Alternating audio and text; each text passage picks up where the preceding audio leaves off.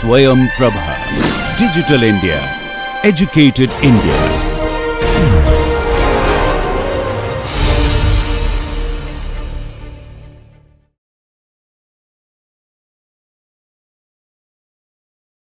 Hi, good morning, everyone. Let us continue today we are going to talk about three topics. One is oscillating water column, and on this topic, you guys are going to have experiment lab. Okay, therefore I skip some analysis a little bit. Okay, second topic is the particle off mechanism. Okay. I'm going to go brief review different particle off. Okay, and the third topic I will talk a little bit more, very brief introduction about power electronics. Okay, and the DC-DC converter. Okay, in this way, on Monday, I can talk about control core design. Control core design, you need a certain level idea. Okay, then on Monday, I'm going to also talk about environment and tech economic analysis, community engagement. Okay, basically, our idea about how to drive the research convergence is a newly funded project, and it's just the ideas what we want to do in the next 5 years. Okay, so we talk about point absorber, right?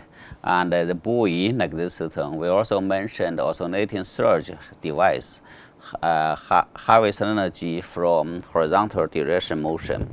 And we briefly mentioned that like a sort of dark, use eagle, such kind of device can harvest energy from both horizontal and vertical motion. Okay, so I mentioned another very popular is oscillating water column. This figure shows basically the principle. The wave come in and the water surface move up and down. When the water surface move up and down, then drive one turbine. So that comes from the nature observation. Like for example, in some coast zone, you can some wave come in, the quickly water come up like that, right? So instead of get water, and you put a turbine here. Okay, so actually that is also one of the first application that 1940s Japanese researcher used that to power the lighthouse. Take a look at how it works here. Okay, so and the wave move up and down, right? Then it drive the air. You drive the air out, then go that direction. You say, follow my mouse, right? So if this water surface more down, and this idea, you say this valve open, right? This valve open, then air goes through here. You can say no matter the water surface more up or more down, the turbine air goes through the turbine one direction, right? This way, such kind of idea has been greatly increased, reliability greatly increased. This one, they can use that as a lighthouse power provider or use that to provide a navigation mark. Okay, so such kind of idea is good, but their problem. The problem is you have to valve open, close, right? And reliability is not that high. So that is one type of oscillating water column. And okay, I already showed that how the wave goes through. Okay, so this another one. This is the top one is Professor Falco's design, and the operation since 1999 is 400 kilowatts wave energy converter. Okay, so it's also, you can say, the turbine. So similar principle, the wave surface move up and down, then drive the turbine. And here, this is one device in UK. So it operates since 2000. So it produces 500 kilowatts energy. So the principle is here, same, right? Wheel come in and the surface move up and down, they drive the turbine, okay?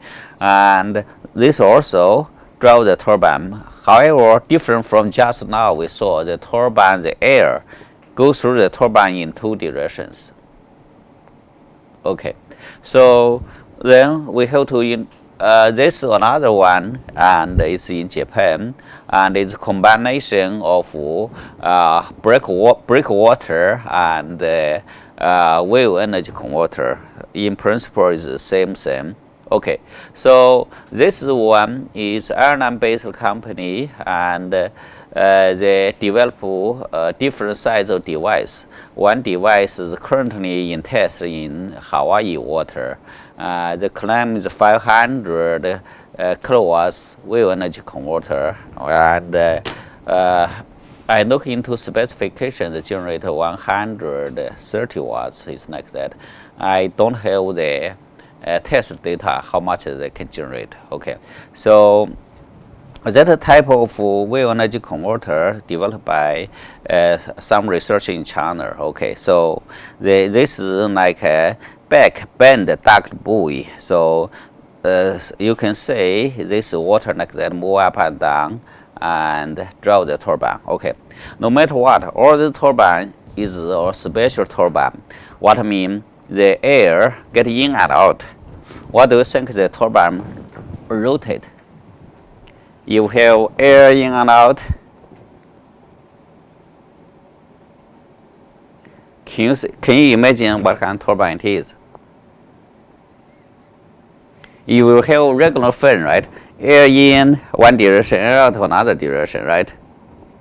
So for this turbine, is special turbine, and it's Wells turbine. I will quickly tell you what's look like. Okay, that is another buoy, and this I think one is in Portugal and another Spanish company. So it's like that. The inside the water, just imagine that way. This will increase the buoyancy, right? And then inside that water move up and down. They have turbine here, and sometimes turbine put horizontal direction. Okay, and sometimes vertical direction. Okay, so this is oscillating water column. It can be land-based. It can be floating, right? So this is show the principle, right? So the buoyancy chamber is here. This is more like a heavy mass, and then the air more in and out. There's turbine here. Okay, so air in and air out. So that is important concept. Where's turbine? Give me a moment.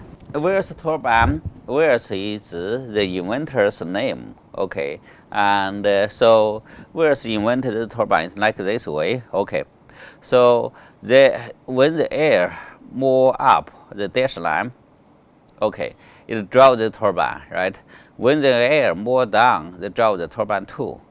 Now the turbine rotates in one direction. Right, so it's like that. This is shape is important. You just think that way. Air in and out generate thrust, right? Air out generates thrust direction. Air in generates thrust same direction. Okay, so another thing is impulse turbine, and this is impulse turbine, and you can say there's a guide. Okay.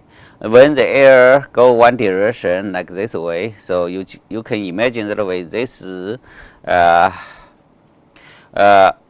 in that way it generates thrust. You can say, right, push that direction, right. Another direction will be similar and also generate thrust same direction. So the two turbine, they have different properties, characteristics. So here, that is relative rotation speed normalized. Okay, this is efficiency. Okay, so as you can say, where's turbine and you rotate speed. When the speed change and it's bendwise, not bendwise, speed working speed range, it is narrow, right? And this normalized RPM, you can imagine that way. The efficiency here is higher. And this impulse turbine, and it works in broad frequency range, but efficiency lower. There are not active research in the field to say how to design such kind of turbine. Okay, so in that way, no matter air in and out, the generator always rotate one direction, like here, right? So this water turbine is almost the design and in the Spain, Basque country in the north side, okay, and it's called a country, okay, so it's more like a semi-independent place, is part of Spain, okay, so it's like that the air in and out drive the generator. So about that, when they implement that, they put an air muffler. Otherwise, it generates noise, right? They put a huge air mufflers, the noise is reduced. Okay, so now how to model this system, right? There are two ways to model the system. One way is use the concept we already learned. They called weightless piston. You just imagine that you have piston here, and the piston move up and down. When piston move up and down, that is similar as oscillating body system we learned, right? We have the constant added mass, right, which is water surrounding that. Okay, we also have radiation damping. When this mass move up and down, it generates wave, this concept, right? So then it will also have excitation force, right? So such kind of modeling already we learned, then we can model the system. And another way to model that is using the so-called uniform air pressure model, right? In this chamber, you move up and down, the air pressure will be same. So in that way, and the surface is, it doesn't need to be rigid, right? So for this aero, you need an aerodynamics modeling for this one, and as I promised to you, I'm going to skip this detail analysis, and I highlight a couple of points. Okay, so and this modeling is taken from Professor Falco's textbook, including this figure. Okay, so and basically, I tell you assumption first. Okay, then I don't go through the equation. So you have pressure, temperature, density, and the turbine, this surface area, right? Then you have the pressure plus pressure change, and temperature and density, this surface area. You have for mass flow rate, right? You have volume. So then I skip this part directly. There are quite a few pages, okay, and so that we can get a chance to cover some more content. So, and they take the flow rate into excitation flow rate and radiation flow rate.